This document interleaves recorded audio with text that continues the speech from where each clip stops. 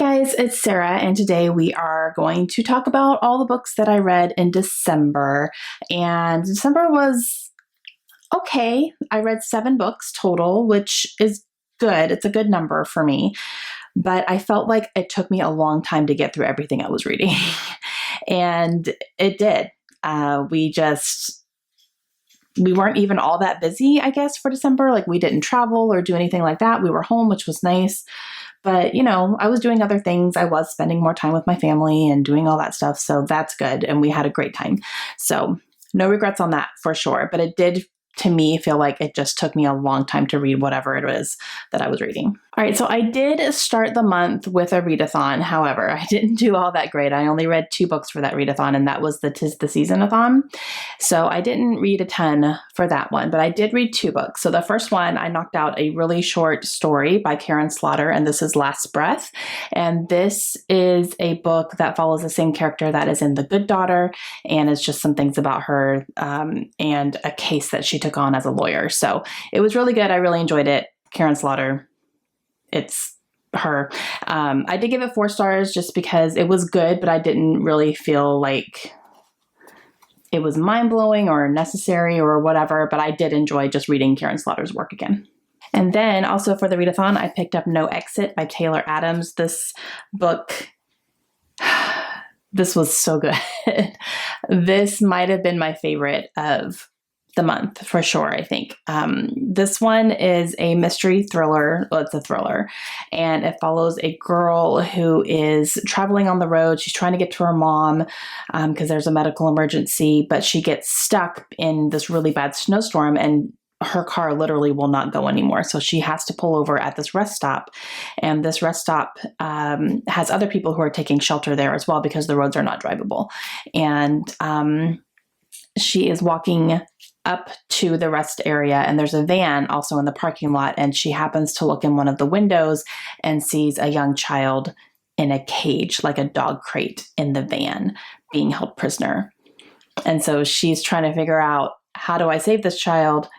Whose van is this? Because it's someone who's inside the rest area, and just how am I gonna help this child, basically. It was so good. It was thrilling. There were twists and turns that I did not see coming.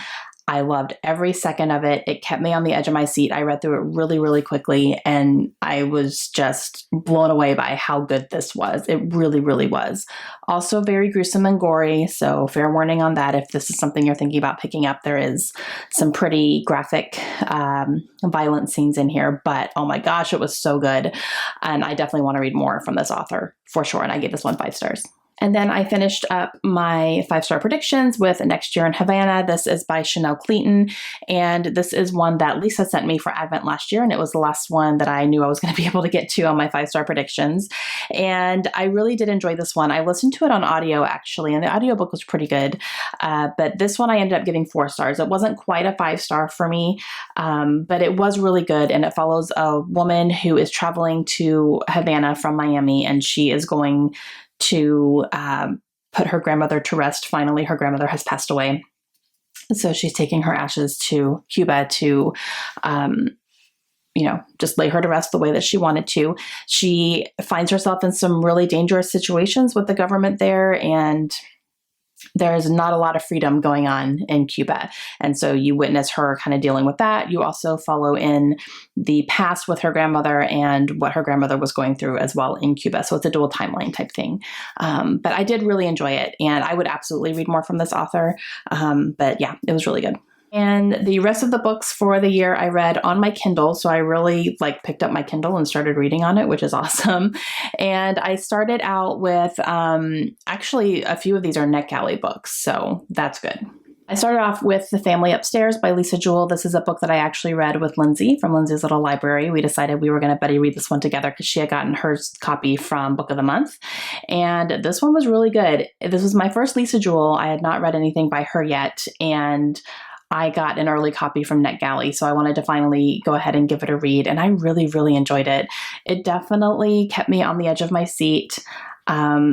the whole time we were just kind of like trying to figure out what was going on and who was who and what's really happening. And we couldn't figure anything out, which is the sign of a good mystery, right? And this one follows a woman who finds out that she is an heir to a really huge mansion. And she's not quite sure why. And then come to find out, she is the sole survivor of a suicide that happened with her parents. Like her parents committed suicide and she was left there. And then come to find out she actually has more family than that she didn't know about, because she was a baby when this all happened. And so she's trying to figure out who's who, who's trustworthy, what's really happening. Like she doesn't really know exactly what's going on. So you're trying to unfold all that with her. And then you're also following perspective from the sister and the brother who are part of her family as well. So you're finding out what happens and what had happened in the past as well. It was twisted. It was dark, a little cultish, and yeah. So I really liked it. I gave it 4 stars. And then I picked up one of my review books that I'm going to be reviewing in January. So I'm not going to tell you too much, and I'm probably not going to tell you my star rating either. But I read Tweet Cute by Emma Lord, and this is another one that the publisher sent me through NetGalley.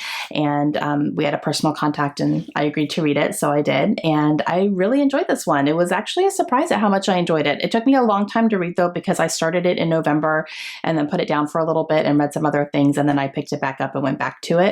And but overall, I ended up enjoying it. So I do have a lot of thoughts, but I'll save that for my review video in January. Another January review book that I'm going to save my thoughts on, but that is When You See Me. This is by Lisa Gardner. Now, this one is part of her... Okay, it's a crossover between 2 of her detective series. So she has a detective series that follows Dee Dee, and then she has a detective series that follows Kimberly Quincy, and they are merging together in this book. Now, when the publisher contacted me, we talked a little bit back and forth about it because they offered it to me, and I was a little hesitant to go into it because I had never read any of Lisa Gardner's books, and I knew she had big series and she was kind of prolific that way. And they said, this is one that you can go into without having to read anything else, and you can still enjoy it. And I said, okay, so I took it. That's all I'm going to say. I'll save my thoughts, but yeah. And to end the year, I wanted to end the year on a really high note. And I did. Like, I really did like the books that I read in December. But I picked up last night, actually, The Evidence of the Affair by Taylor Jenkins Reid. And this is a short story that she had published through Kindle. So it's, it's ebook only type thing. And I decided to pick it up last night because I just wanted to kind of end the year at a really good number. So I'll talk about that in a second.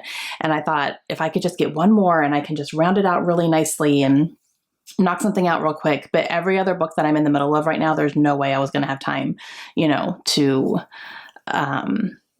finish it before the end of the year. So I picked up this short story that I had been wanting to read because I really love Taylor Jenkins Reid.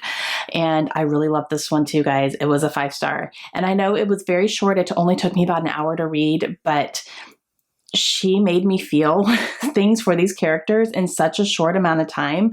It was really impressive.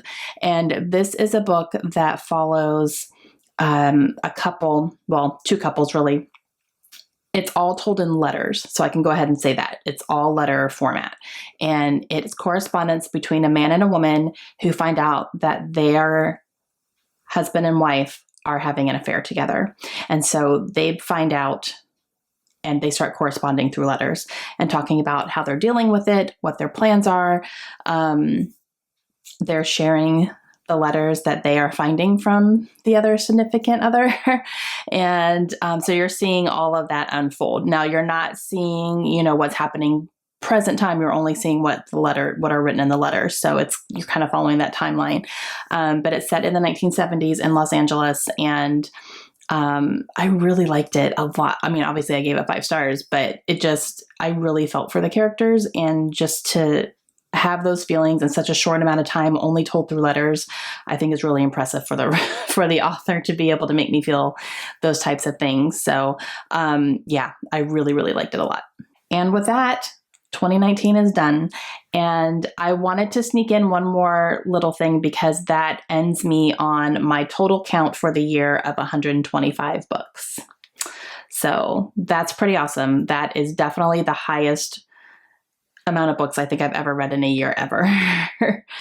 Ever. So that's amazing. I am sticking with my 100 books goal for next year. For 2020, we are going to be a little bit busier next year with a move and everything over the summer. So there is that. But I still think 100 books is realistic for me to be able to strive for. So I'm very, very happy with my reading this year. I think I read some amazing books. And I'm excited for what's coming up in 2020. But I will be back tomorrow with my January 2020 TBR. Whew, that's a mouthful. So let me know down below, guys, what you read in December. Did you have any winners? Did you have any misses? And do you feel good about the way your year kind of wrapped up in December? And how is December normally for you? Do you have a lot of time with time off and holiday and all that stuff? Or do you find yourself more busy with, the activities and all that stuff versus reading? Let me know kind of what your Decembers look like.